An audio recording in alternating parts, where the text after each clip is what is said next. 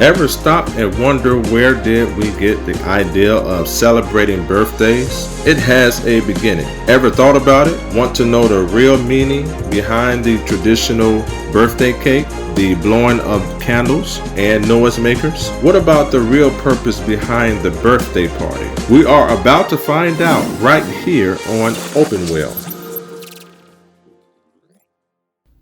Today we are going to discuss some very interesting facts about how the celebration of birthdays began that some may find it puzzling to believe. Birthdays, as we know it, is the day of a person's birth. It's the anniversary of birth in which marks the day of one's origin of life as they entered into the world. Many look forward to their birthday each year and traditionally are acknowledged with a party, a cake, with candles, and gift giving. As we anticipate our next birthday to come around, here are some facts that you can put in mind. The birthday tradition was rooted in paganism. Today, some Christian groups refrain from celebrating birthdays because of its pagan origins. It was not until later in history that many Christians began to accept the practice of celebrating birthdays. So where did celebrating your birthday all started from?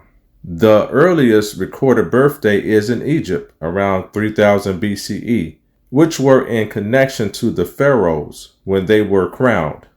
In Egypt, during the ancient times, a crowned pharaoh was viewed and treated as a god. The Egyptian birthday was the day of their coronation, which is the ceremony of crowning a sovereign. As they were being crowned during the crowning ceremony, it was believed that they were being transformed into a god.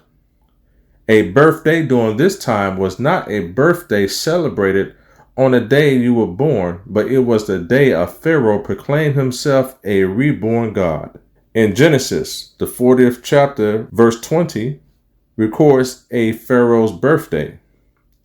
It reads, "And it came to pass the third day, which was Pharaoh's birthday, that he made a feast unto all his servants." The church during early centuries did not celebrate birthdays because of what it represented in those days. It was a pagan tradition which were connected to sorcery and superstitions. Birthdays had nothing to do with the individual's physical birth, the day a person came out of their mother's womb, but rather it marked the day a pharaoh was deified. It was not until the 4th century that Christians, namely the Roman Catholics, began to reform their views on birthdays. The Catholic Church began to adopt the practice of celebrating Jesus' birthday as Christmas, which is held during the pagan Roman Saturnalia. Christmas was developed to recruit and convert pagans into Catholicism. The ancient Greeks borrowed the Egyptian birthday tradition. They believed that each person was accompanied by an evil spirit on the day that they were born, which kept watch over them. This spirit is said to have a close bond with the god whose birthday it corresponded with. The Greeks developed ways to supposedly chase off those evil spirits that lurked around a person's day of birth. For example, the Greeks used to rebuke evil spirits by the blowing of candles. The blowing of candles was also used to communicate with the pagan gods they sacrificed to. The birthday cake with the lit candles as we know it, the ancient Greeks are likely responsible for this tradition. In ancient Greece, people decorated cakes with lit candles and took them to the temple of the goddess Artemis. In ancient Greece, people decorated cakes with lit candles and took them to the temple of the goddess Artemis. The cakes were moon-shaped and the candles were made to light up like the moon. The moon was associated with the goddess Artemis, the goddess of the hunt. In the pagan world, smoke from the candles were believed to send up signals of prayer to the heavens. The making of a wish and the blowing out of the candles was a way of sending a message to these false gods. The birthday tradition that we are so familiar with unknowingly derived from this pagan practice. Another practice that we are accustomed to is the birthday party itself. Historically, friends and family would come together during a person's birthday and greet them with good cheers and warm wishes in efforts of warding off evil spirits. Noisemakers were also used to chase and scare away evil spirits and misfortunes. Noisemakers such as party horns, kazoos, blowouts,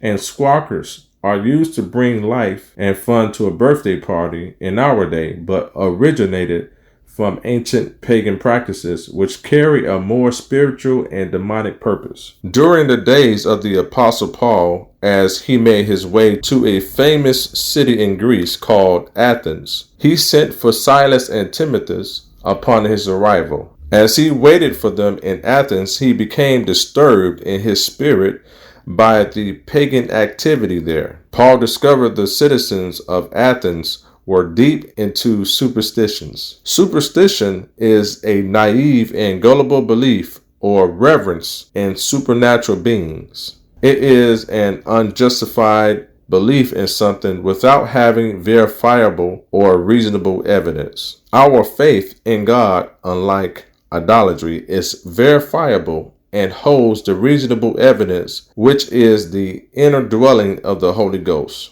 Faith also is the substance of things hoped for and the evidence of things not seen. In Acts 17 and verse 16, it reads, "Now while Paul waited for them at Athens, his spirit was stirred in him when he saw the city wholly or fully given to idolatry." In the context of Acts 17, superstition is the reverencing of an idol or strange god. While Paul was preaching and disputing daily in the synagogue and the market with the Jews and devout people, certain philosophers became interested in what he was teaching. The philosophers had no interest in receiving salvation from God, but was itching to hear and learn something new. Acts 17 and verse 22 says, "Then Paul stood in the midst of Mars Hill and said, Ye men of Athens,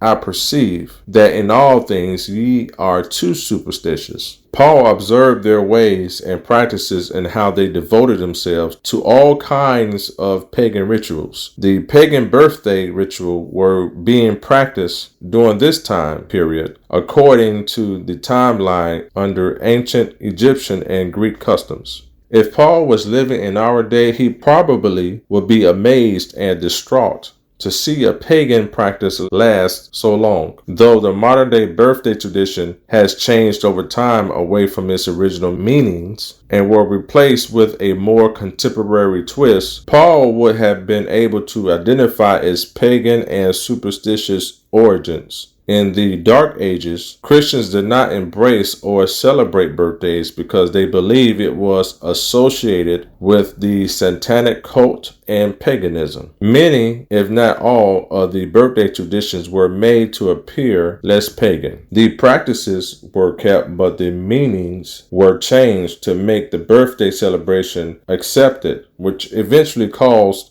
many church faiths to support it. In ancient Rome, only men of high social status were able to celebrate their birthdays. It is thought that later in Rome's history that they became the first to celebrate the birthday of a non-religious figure. Ordinary citizens began to celebrate the birthdays of family and friends. It was not until the 12th century Europe that women were allowed to celebrate their birthday. In the 1700s, the modern birthday cake was invented by German bakers to celebrate children's birthday called Kinderfest. The making of birthday cakes did not become widespread until the Industrial Revolution, when certain cake ingredients became accessible. As we look at how the birthday tradition started, let us ask ourselves, what are we really celebrating? and what are we practicing precisely? Though we have altered and twisted the meaning, we are upholding the practice. The practice itself that we engage in is not the actual application the idea or beliefs is related to. So if we change the meaning but keep the practice, the purpose for the practice still remains. Today, most of us are only familiar with the modern way of celebrating birthdays, not knowing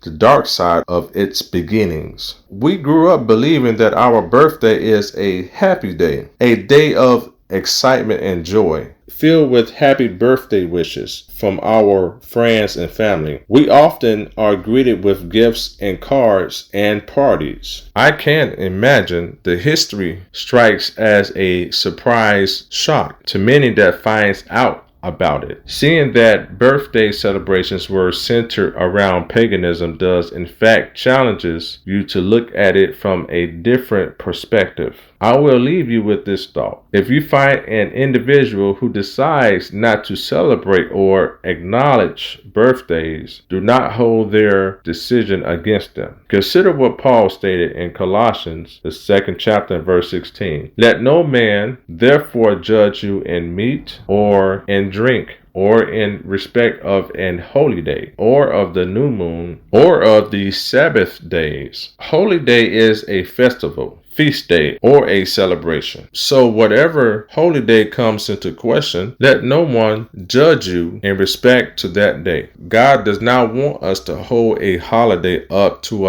a high esteem that is higher or more important than life itself. We do not want to condemn or ridicule someone, for then we fall into the worship of an holy day. Jesus said himself that even the Sabbath was made for man and not man for the Sabbath. That concludes this program. Hopefully, this talk was a blessing to you. With all our getting, let's get an understanding. Thank you for listening to Open Well. There is water at the bottom of the well. Until next time, be blessed.